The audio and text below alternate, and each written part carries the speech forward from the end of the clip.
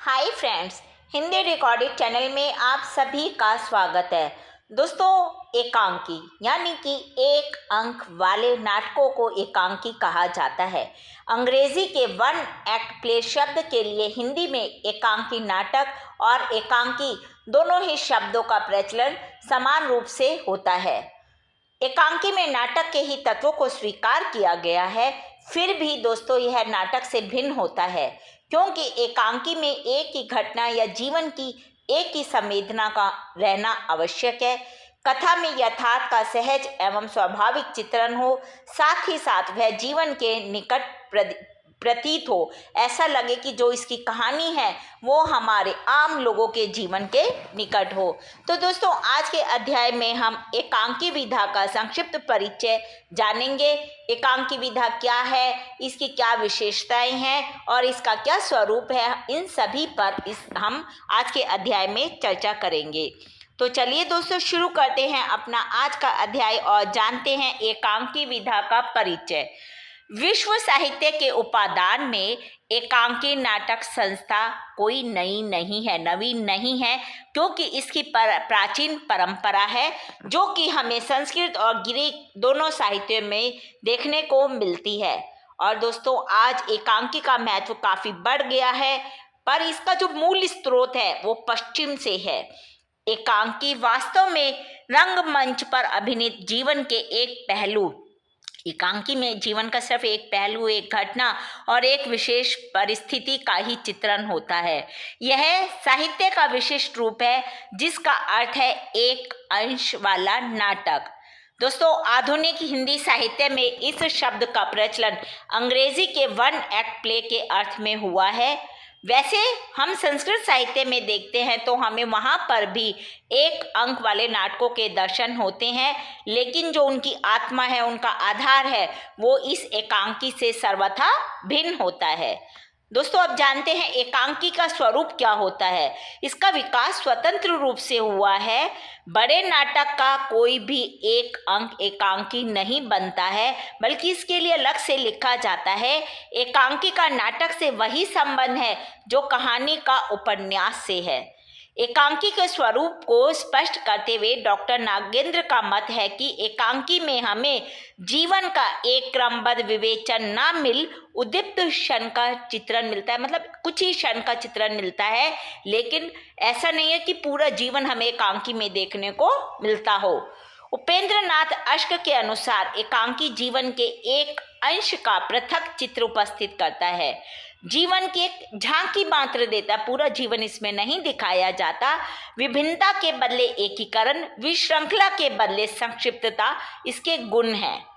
दोस्तों, डॉक्टर रामकुमार वर्मा ने एकांकी की रचना शिल्प पर विचार करते हुए उसके भाव पक्ष और कला पक्ष दोनों का विस्तार से वर्णन किया है, और उनका कहना है कि एकांकी में किसी एक प्रमुख घटना या परिस्थिति से संबंधित एक संवेदना होती है, और जो इसका विकास है वो कौतूहलपूर्ण नाट्य शैली में होता है। दोस्तों, संघर्ष जो है वो एकांकी का प्राण है, अतः बाह्य संघर्ष के साथ आंतरिक संघर्ष की योजना से इसका सौंदर्य निखर जाता है, बढ़ जाता है। विस्तार के अभाव में, मतलब बहुत ज़्यादा इसमें घटनाएं नहीं होती, बहुत सी कहानियां नहीं होती है, इसलिए विस्तार के अभाव में प्रत्येक घटना, जो भी एक छोटी सी कहानी होती है, वह कली की भांति खिलकर फिर पुष्प की भांति विकसित हो उठती है, और उसमें लता के समान फैलने की उस श्रृंखला नहीं होती। वो ऐसा नहीं है कि बहुत लंबी होती है तो लता जैसे हमारी फैलती जाती है उस तरह से हो, ऐसा नहीं होता। जीवन के एक दृश्य मात्र को दिखाया जाता है एकांकी के अंतर्गत।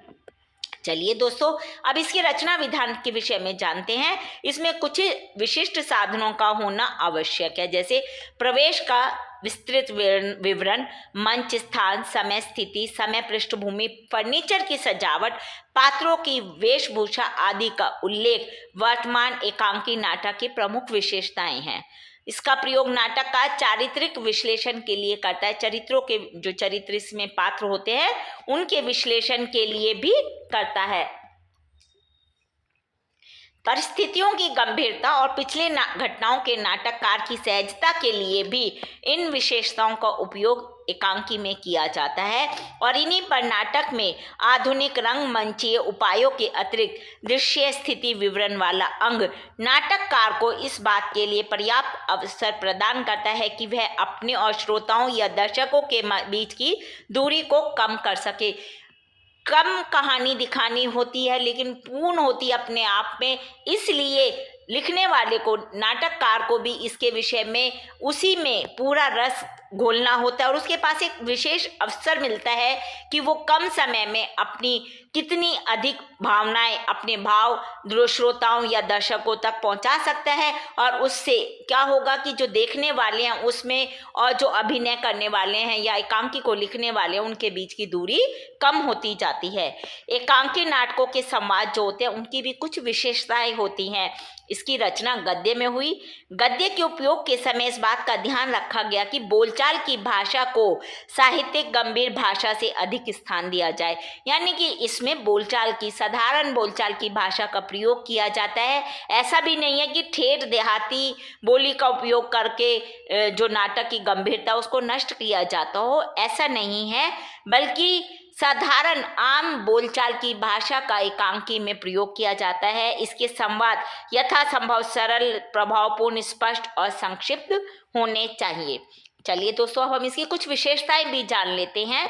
हमें पता ही है कि इसमें जीवन काल की छोटी मोटी घटनाओं का, थोड़े से जीवन की घटना का लेखा जोखा होता है। तो इसकी कुछ विशेषताएं हैं। पहली है, जैसे कि दोस्तों हम कहते हैं कि बड़े नाटक को हम एक तरह से उद्यान, बाग कह सकते हैं, तो एकांकी इसका एक गुलदस्ता कहला सकता है, कहा जा सकता है।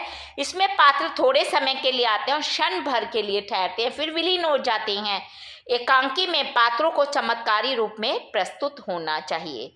एकांकी के पात्रों का अभिनय भी बहुत महत्वपूर्ण है, क्योंकि उन्हें बहुत कम समय में बहुत अपने भावों को व्यक्त करना होता है। कथानक और संगठन के विषय में भी सही है, किंतु फिर भी बहुत कुछ वस्तु के निर्वाचन एवं उसके प्रतिपादन पर निर्भर है। इसलिए एकांकी की रचना कला अधिक कलात्मकता की अपेक्षा रखती है। तीसरा है दोस्तों, एकांकी का जो आरंभ होता है वो पहेली की भांति होता है, क्योंकि जो पाठक होते हैं या दर्शक होते हैं उनको उसके पूर्व जो पहला पक्ष है उससे उनको बिल्कुल अनजान होते हैं, इसलिए उनके मन में जिज्ञासा होती है कि क्या होगा।